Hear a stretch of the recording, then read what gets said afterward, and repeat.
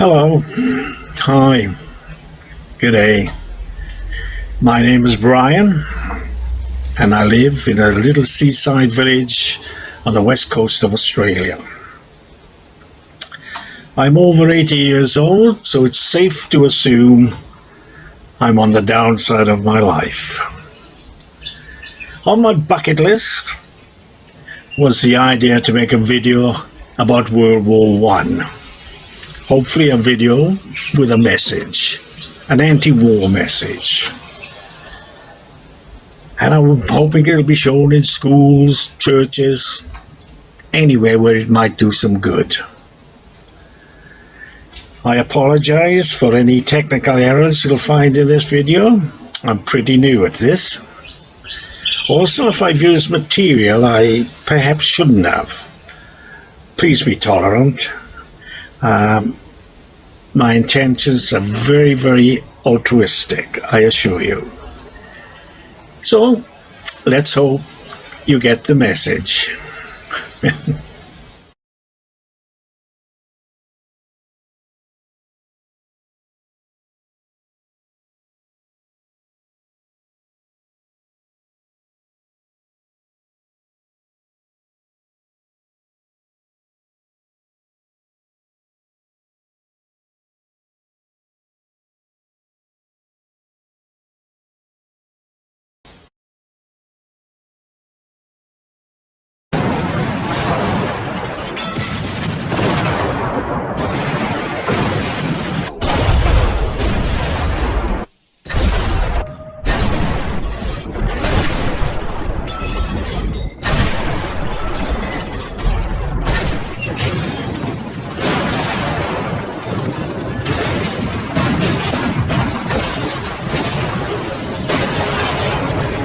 This Odyssey is a personal centenary commemoration to honor all who died on the Western Front in World War I. Also, to reflect on 4 years of the most concentrated slaughter, mutilation, suffering, devastation and savagery which mankind has ever witnessed.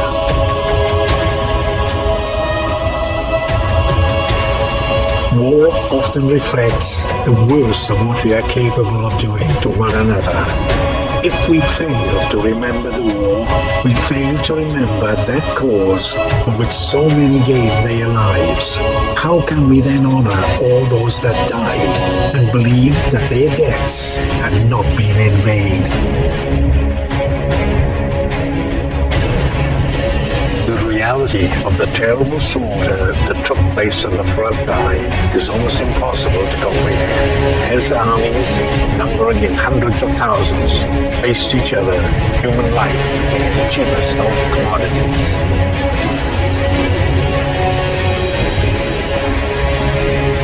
The war started in August 1914, and by its end in 1918, 32 countries were fighting each other, asserting the title of World War I.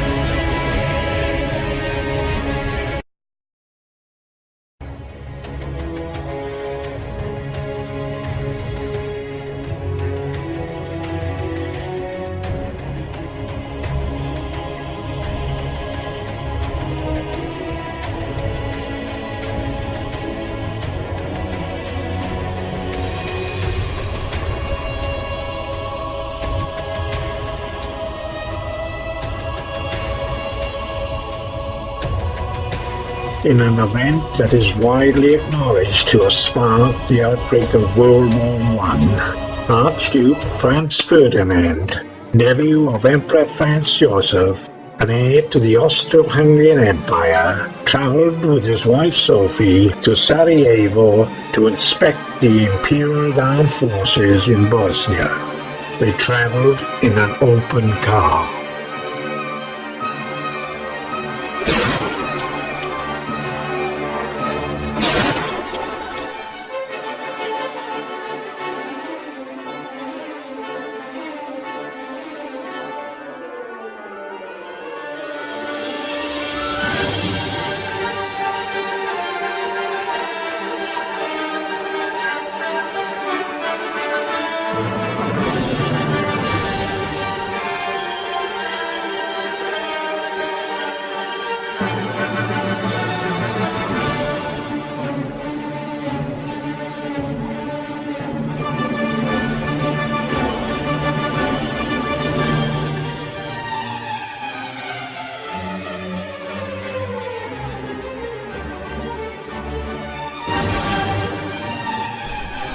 The assassination of Franz Ferdinand and his wife Sophie set off a rapid chain of events.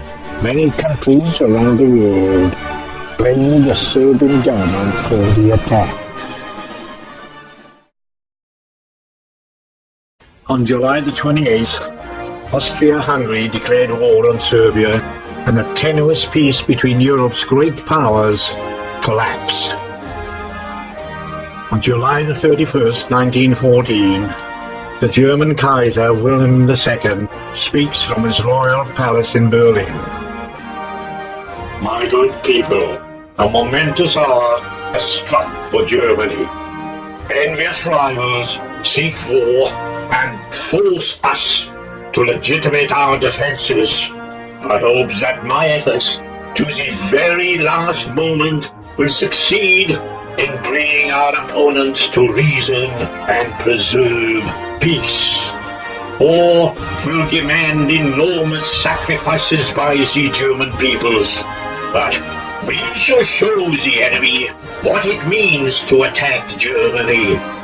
When it comes to war, we are all brothers. We are brought together by our oath of allegiance, which we have sworn before God.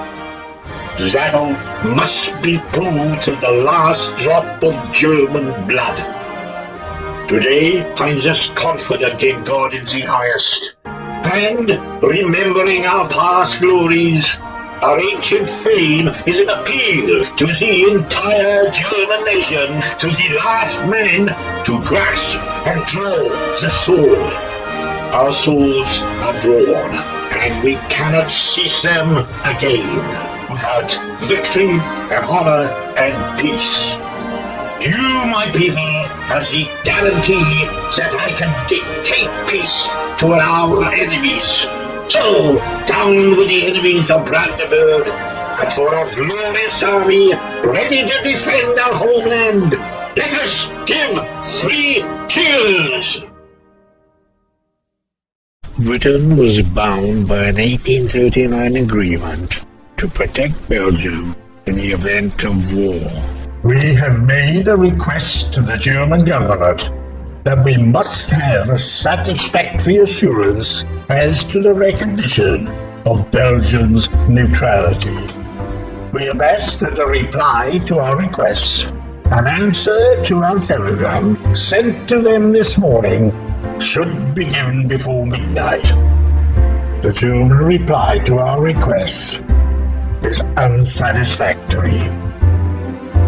Owing to the summary rejection of our request by the German government, His Majesty's government has declared to the German government that a state of war exists between Great Britain and Germany as from 11 p.m. on August the 4th, 1914. I do not believe our nation ever entered into such a great controversy with a clearer conscience and a stronger conviction that it is fighting not for aggression, not for the maintenance of its own selfish interests, but that it is fighting in defense of principles which is vital to the civilization of the world. Let us now make sure that all the resources and might, not only of this United Kingdom, but our vast empire, shall be thrown into the war.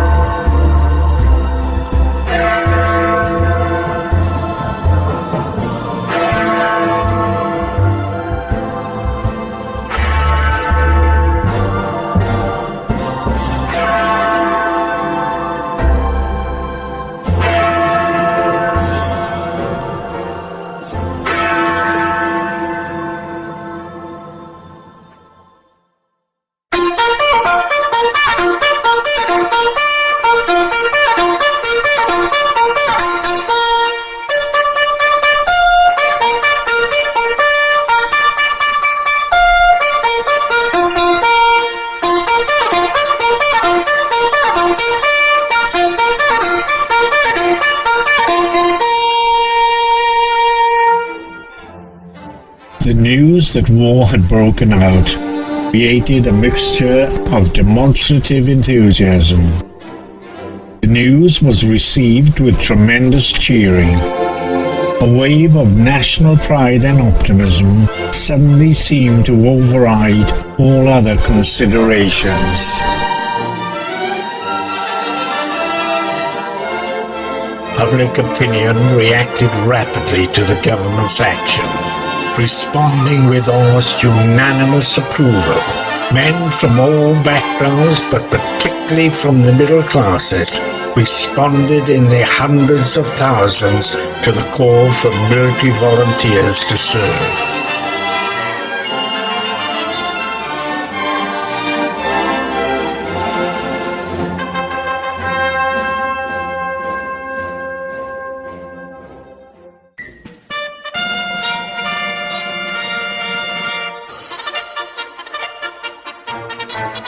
It's a long way to Tipperary. It's a long way to go. It's a long way to Tipperary, to the sweetest girl I know. Goodbye to Piccadilly. Farewell, Leicester Square.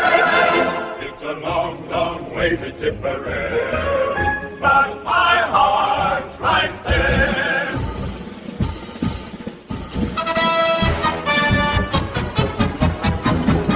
Count your troubles in your own kit bag and smile, smile, smile. While you've a Lucifer to light your fang, smile, boys, that's the style. What's the use of worrying?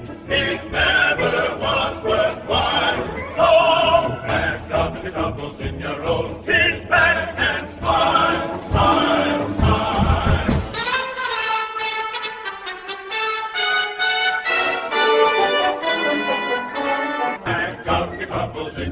The 2 million men who volunteered are evidence of a widespread, if not universal, commitment to the national cause.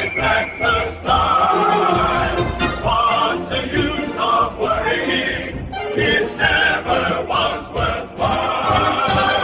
Pack up your troubles in your own kit bag and smile, smile, smile.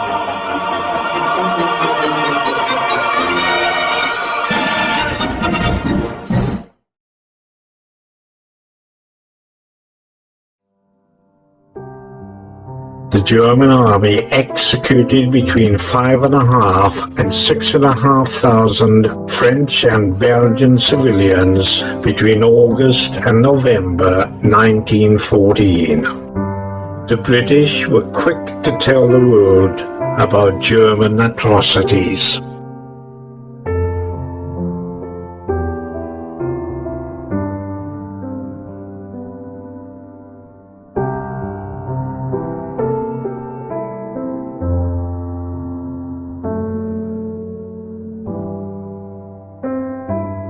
Dearest Mary, we've had little spare time since we've been training here. We've been through company drill, mixed with route marches, physical drill, semaphore, knot tying and long jumping. I have never felt so fit in all my life. Some of our men were able to go to town on Saturday, but me and others were under orders for overseas service. So now we are waiting to go. Popping up to the town is out of the question for us. We're now fully equipped, and though feeling a bit scared, we all want to get over there and teach those Huns a lesson. What is happening to those poor people in Belgium is not right. I cannot help thinking it could be you and the kids if they are not stopped soon. I know you feel the same way as I do about those poor innocent women, children and men being murdered over there. Everybody believes we will do our duty and be back home by Christmas. So keep your chin up, old girl. I'll try to bring you a nice German souvenir for a Christmas present. Your loving husband, Ted.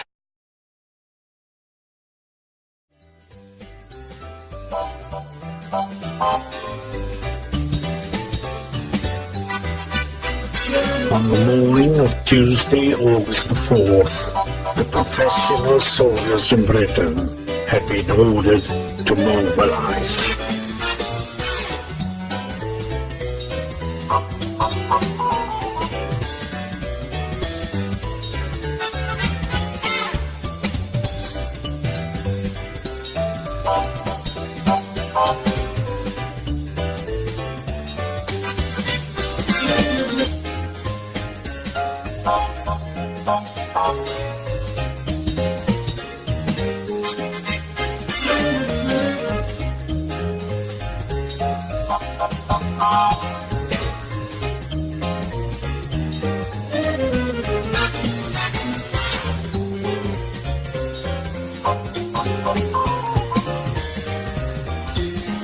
On August the 9th, the first of the British Expeditionary Force, the BEF, set sail for France.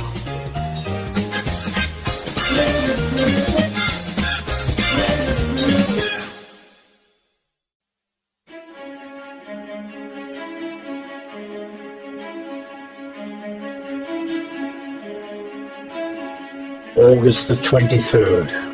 The Battle of Mons was the first major action of the British Expeditionary Force, the BEF. BEF had some 80,000 men and were outnumbered by about 3 to 1. The battle has since attained an almost mythic status. It has a reputation as an unlikely victory for the BEF against overwhelming odds.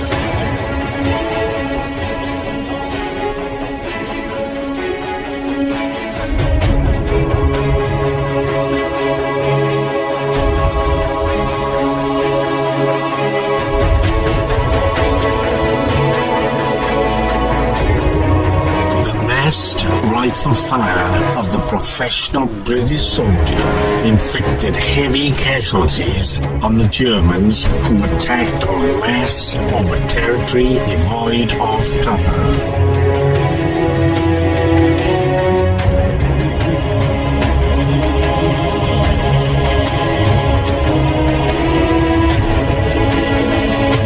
The first battles had been a catastrophe for France, and by the 28th of August, the steadily advancing Germans had produced panic in Paris.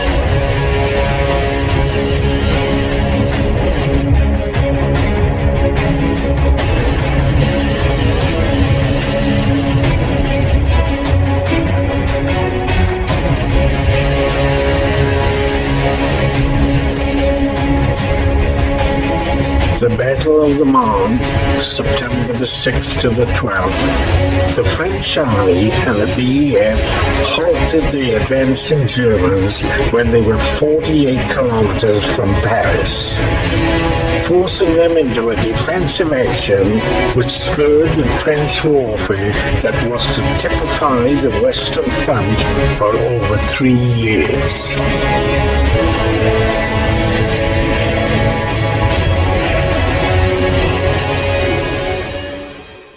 In the wake of the Battle of the Marne, during which Allied troops had halted the steady German push through Belgium and France, Allied and German forces began digging the first trenches on September the 15th, 1914. For the French, the objective was to reclaim at any human cost the territory occupied by the Germans. The result was a series of attacks ranging from localized actions to massive assaults. The cost to human life was horrific. October, November and December 1914 saw continuous attacks between the Germans and the Allies. Nothing epitomizes the First World War more than the trench. Trench warfare prevailed over 4 years, in which deadly grinding attrition became the norm. Casualties of the defenders often matched those of the attackers, with the amount of ground gained usually being very small. Both sides were bogged down in a continuous line of trenches stretching from the Franco-Swiss frontier in the south to the Flanders coast in the north, distance of over 450 miles.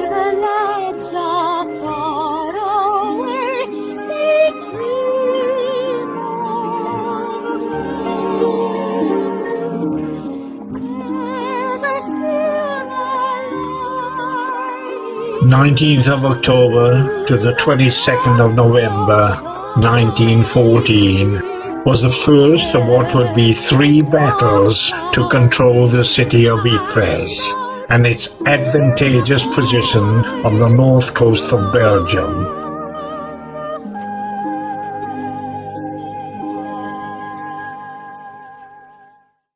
The Christmas truce of 1914 was one of the last examples of the outdated notion of chivalry between enemies in warfare. But it served as heartening proof, however brief, that beneath the brutal clash of weapons, the soldiers' essential humanity endured.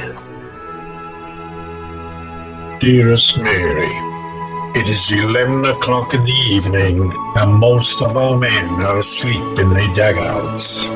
Yet I could not sleep myself before writing to you of the wonderful events of Christmas Eve and Christmas Day. On Christmas Eve, the night closed in early, and there was a clear, star-filled sky. The ghostly shadows that haunt the trenches came to keep us company. There has been little serious fighting the last few days. The first battles of the war left so many dead that both sides have held back, waiting for replacements. I went into my dugout to rest, and lying on my cot, I must have drifted off to sleep. All at once, my friend was shaking me awake and saying, "Wake up! Wake up! Come and see! You won't believe what the Germans are doing." Fearing the worst, I grabbed my rifle, stumbled out into the trench, and stuck my head cautiously above the sandbags. And then, from the German trench, we heard a voice raised in song. I've never heard a song more lovely or more meaningful in that quiet, clear night. Clusters of tiny lights were brightly shining in that dark, silent night, all along the German line, left and right as far as the eye could see.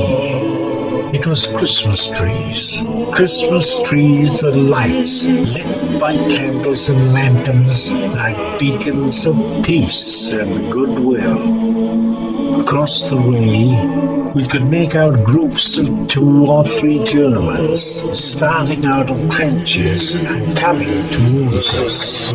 Then some of us were climbing out too, and in minutes more, there we were in no man's land. Over 100 soldiers and officers of each side shaking hands with men we'd been trying to kill just hours earlier. What a sight! Little groups of Germans and British extending almost the length of our front.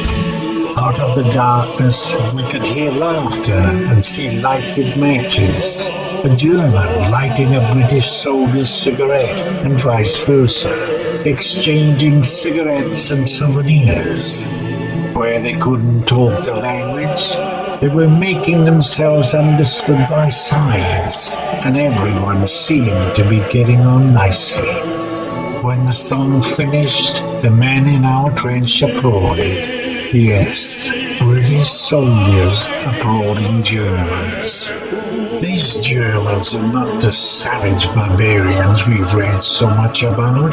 They're men with homes and families, hopes and fears, principles, and yes, love of their country. In other words, men like ourselves. Then we parted with promises to meet again. Out went our hands and tightened in the grip of friendship.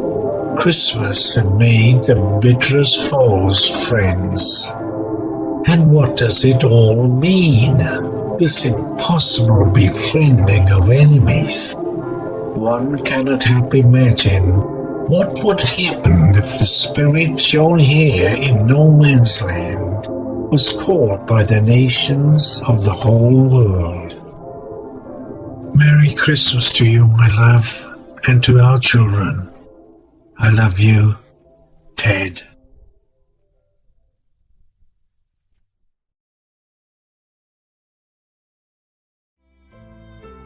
There were millions of rats in World War I trenches. A pair of rodents could produce as many as 900 young a year in trench conditions, so soldiers' attempts to kill them were quite futile. My dearest Mary, we live in a trench, and the rain is the worst thing. It collects in our trenches, and we must remove it using buckets and pots. Also, the mud ruins everything. I've heard some men fell into a shell hole filled with water and mud and drowned.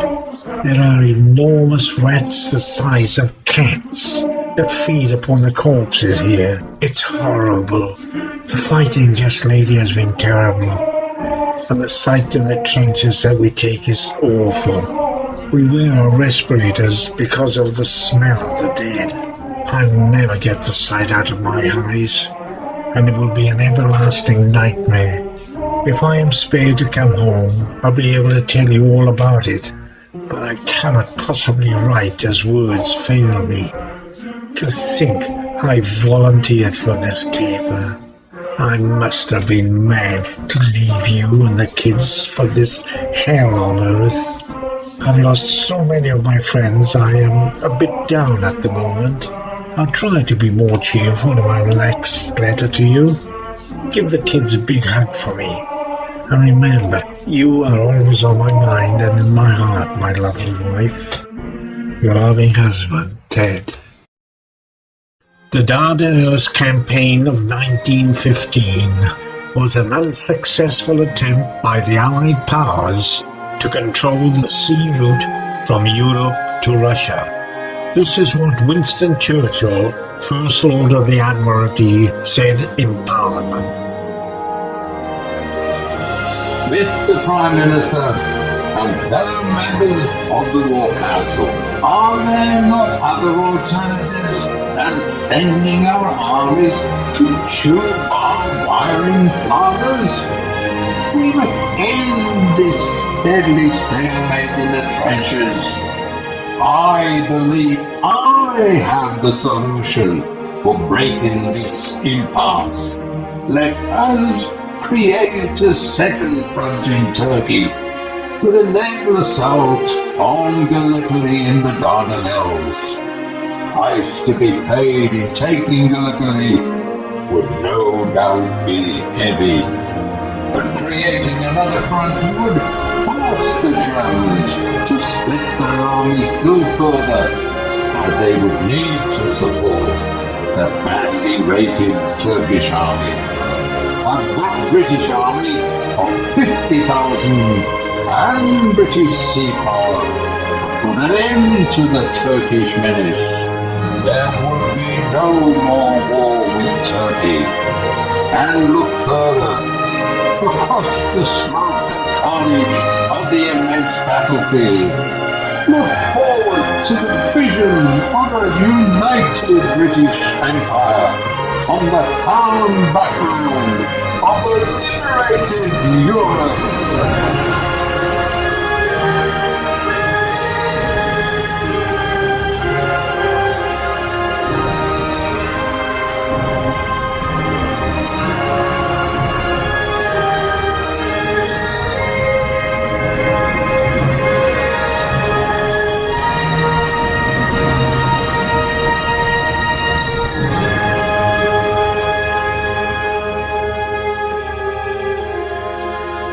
Gallipoli campaign began as an ambitious naval strategy devised by Winston Churchill to force the Ottoman Empire out of the Great War.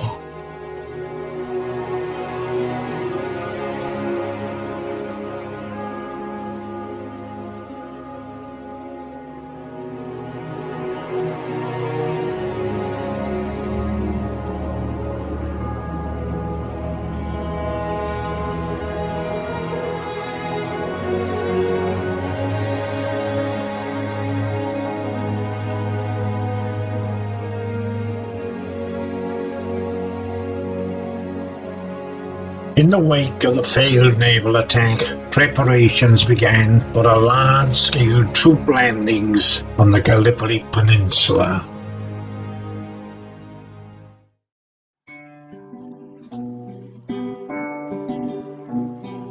Oh, old Gallipoli's a wonderful place, where the boys in the trenches the foe have to face. But they never grumble, they smile through it all. Very soon they expect Archie Barber to fall. At least when I asked them, that's what they told me. In Constantinople quite soon we would be.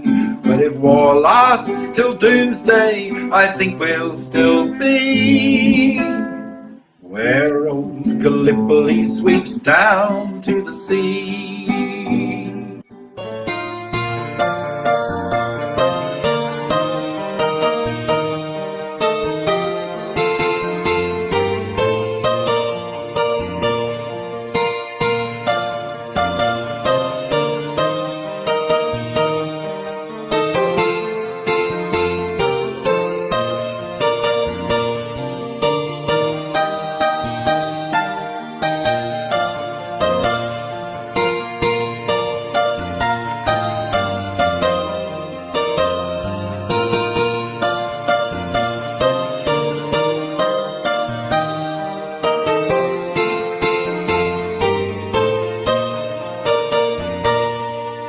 Oh, old Gallipoli's a wonderful place, where the boys in the trenches the foe have to face. But they never grumble, they smile through it all.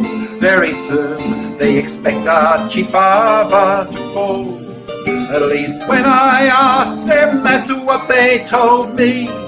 In Constantinople quite soon we would be. But if war lasts till doomsday, I think we'll still be where old Gallipoli sweeps down to the sea.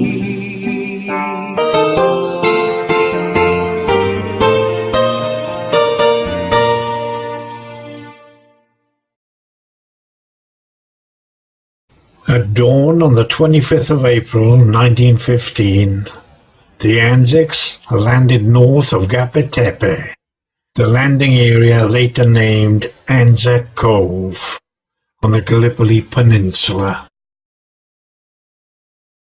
How well I remember that terrible day when our blood stained the sand and the water, and how in that hell they called Suvla Bay we were butchered like lambs to the slaughter. Johnny Turk, he was ready, he trained himself well. He rained us with bullets and shot us with shell. And in 5 minutes flat, he'd blown us to air. Nearly blew us back home to Australia. And the band played Morse Matilda as we stopped to bury our slain. We buried ours, the Turks buried theirs, and we started all over again. Washing Matilda, washing Matilda. Who'll go washing Matilda with him? Or they ghosts may be heard as they pass by the billabong. Who'll go washing Matilda with them?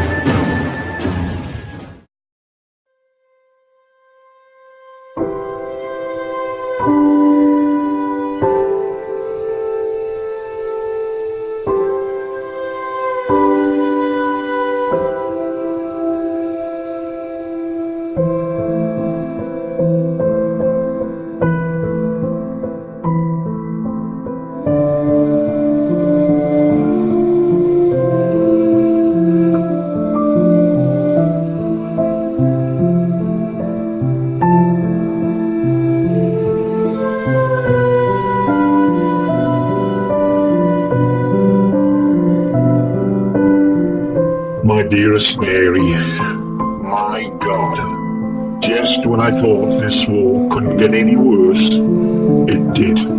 This last week was one of the worst experiences in my life.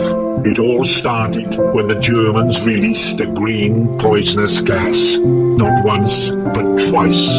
It was dreadful. The Frenchies were the first to suffer it. Soldiers staggered, blinded, coughing, chest heaving, faces an ugly purple colour. We learned that they had left hundreds of dead and dying comrades. Many had fell and died on the spot. Others were gasping and stumbling with faces contorted, hands wildly gesticulating and uttering hoarse cries of pain, or lying on the ground dying. Thousands of our soldiers died a most horrible death. One man said it left him with a burning sensation in the head, red-hot needles in the lungs, and the throat as if seized by a strangler. This horrible gas turned their buttons green and their bodies were swollen and puffy. I am not scared of dying, but I do not want to die like that. Such a horrible, slow, agonizing, and lonely death. Pray for me.